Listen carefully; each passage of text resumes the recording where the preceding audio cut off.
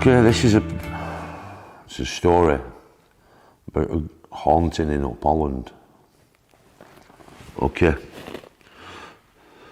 The usual quiet district of Up Holland has been all agog with excitement for some days and nights in consequence of some unseen noises and odd occurrences in the centre of the village. In fact, it is so mysterious that a house in which they have manifested themselves has attained the reputation of being haunted.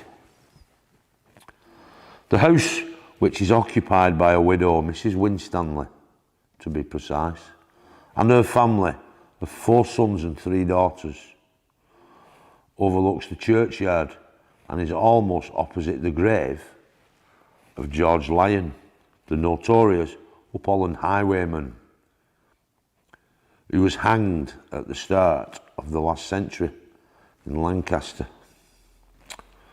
And afterwards his body was brought home for burial. Now the haunted house is next door to the White Lion, and it's a centuries-old stone structure. The walls are 3 feet thick. All the day through the doings of the mysterious agency, a talk of the township, and as nightfall comes around, the approach to the house are thronged with people who wait patiently for the supposed spiritual manifestations. The noises were first heard on a Sunday night, August 1904, in one of the upstairs bedrooms. Knockings and rumblings in the wall, and they seemed to travel in the direction of a window, which was walled up to avoid window attacks back in the day. Now the window recess is now used as a sort of cupboard, 2 large boot rests within it.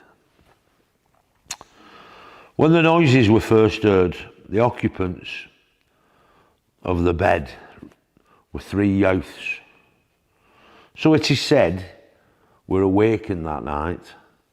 A fear seized upon them, and this was not all abated when the banging was taken from the wall space and placed over the heads like a pall, and the paper was torn from the wall and patches of hard mortar scattered around the room. Then the stones under the window board at the bottom of the cupboard were loosened and flung onto the floor. Matters seemed to be getting a lot worse and very serious, and the rumours of the happenings in the house were going about the village. Large crowds began to gather, each night, so only in the darkness and in the presence of one of the lads that the ghost operates. A local councillor, in the person of Mer Baxter, now he's been in the room for most of the occasions when the noises were heard, and he was puzzled by the cause of them. He searched inside and out, and had a brick setter examine the walls. When the stones fall, they put back in and wedged tightly with a wooden wedge, so they couldn't be pulled out by hand.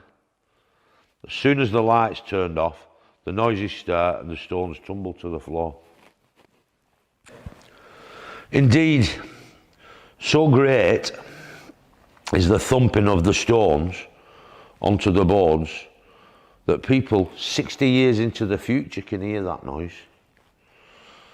So far, all is very much still a mystery.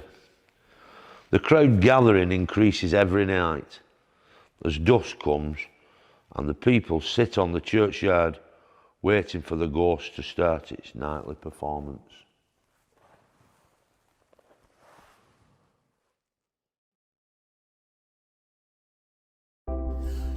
If you've enjoyed watching the Old Courts live and you'd like to make a donation to support the work we do, please head over to www.theoldcourts.com/donate. This year has been incredibly difficult for most arts organisations and we're no different. But with a huge effort and support from you and from our funders, we've managed to secure our organisation and the jobs of every staff member.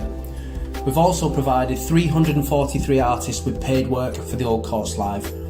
And our volunteers have delivered over 700 food parcels and made 600 calls to isolated local residents. But the battle isn't over yet. We're currently closed to the public with zero income and we don't know how long this closure is going to last. If you can help by making a donation, then you're helping to secure your arts centre. We're hoping to be around for a long